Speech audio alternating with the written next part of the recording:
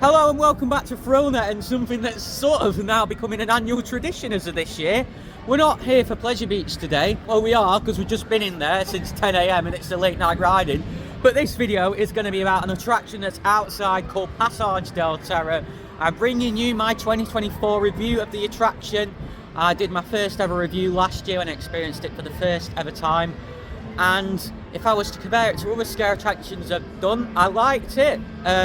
There's plenty of good actors in there, but I did think there could have been a bit more close-up scares in places and stuff like that. The theming was very good as well, but overall it was a pretty average scare attraction, I'd say. But I do really want to promote this place because it really is quite underrated in my opinion. A lot of people miss it when they come to Pleasure Beach, even though it is literally right outside the entrance. It obviously opened in 1998. It's part of a brand across the world. The first one opened in the 80s, and then Jeffrey Thompson did the one that was in Orlando and decided, I want one here.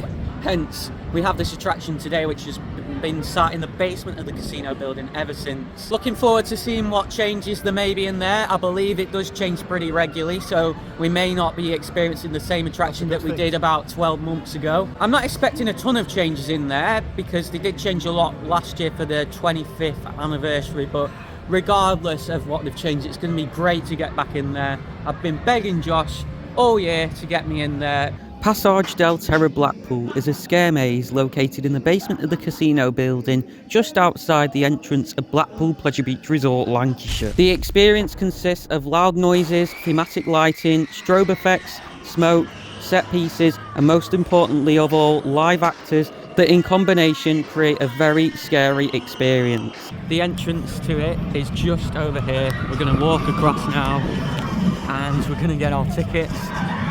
So yeah, very excited. Alright guys, we've got our tickets. £14, you have to give these in when you go in. This is just the queuing area.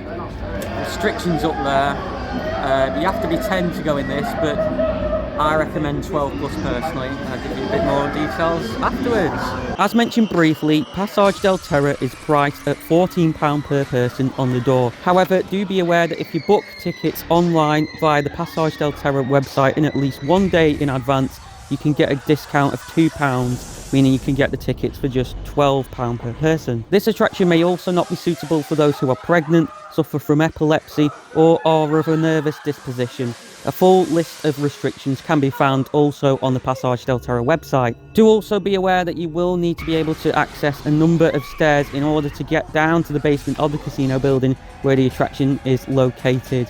And I am not aware of any lifts that are available to use as an alternative. Therefore, it may be challenging accessibility-wise to guests with certain physical disabilities. But without further ado, let's cut to my review of the experience. Oh my word, guys, I'm having flashbacks to Creek Freak Massacre. That was a very relentless run-through of Pasaje del Terror. And first of all, I just want to say I think they've clearly watched last year's review, because the scares felt very ramped up compared to last year. To put it simply, nothing's really changed in there. However, I do want to go for a few highlights. I'm genuinely still struggling to process what happened. First of all, the group. We were with a very scared group. Unfortunately, we were at the back, which did impact our experience, but that can't be helped. It's just the order that we ended up getting there in. We arrived just before they sent the group in. Got us there, just the three of us.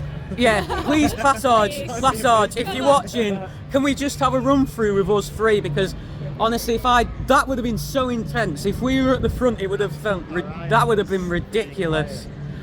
Like, we would love a run through with just us three. I know you did that sort of thing in COVID due to restrictions, and people had some really intense run throughs. Obviously, on a day like today, late night riding, really busy, that can't happen. But even so. Right, well, hello, it's me, Ben, from the future.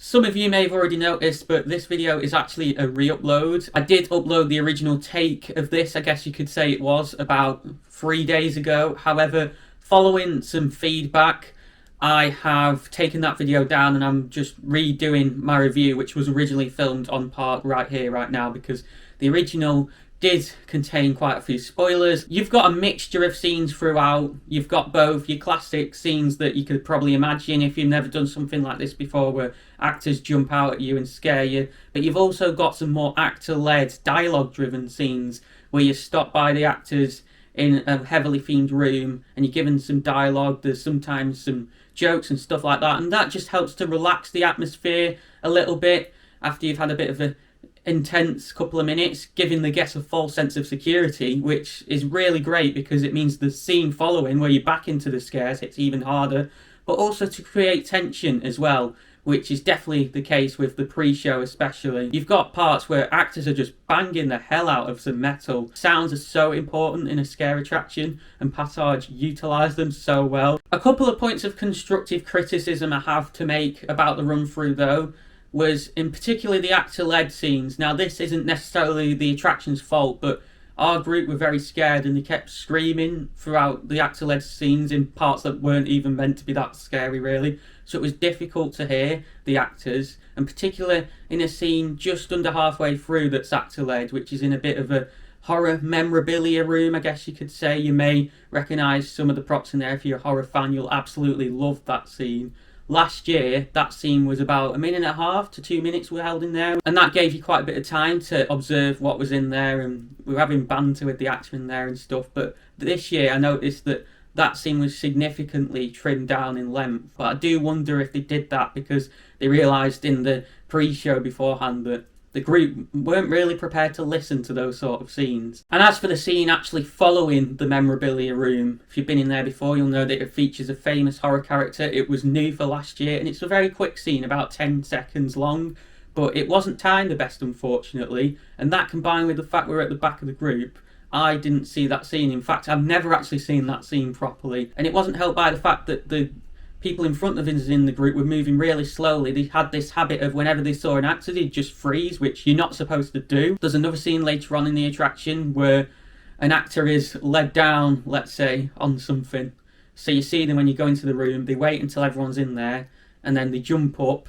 And they didn't do this last year, I don't believe, from memory, but this year they actually chased us, and because we're at the back, we got that scare very good. And that's the thing, Passage do target some scares towards the back of the group, but I do think that they could work on doing that more so, because it did feel like the majority were targeted more towards the front. There's also another scene later on which has been very well done during both of my run-throughs, where you're in like a little bit of a corridor and the actor does get the front and back of the group. So I just thought I'd give a shout out to that for those of you who've done the attraction or Passage themselves. Hopefully you know what I'm referring to here. But without further ado, we're going to cut back to past me now at Pleasure Beach as I address some other things more management wise with the attraction I feel like could be improved as well to get even more people in there. I think the price, £14, is still a bit more expensive. We got better value for money than last time, I feel like, but still it's a bit steep that.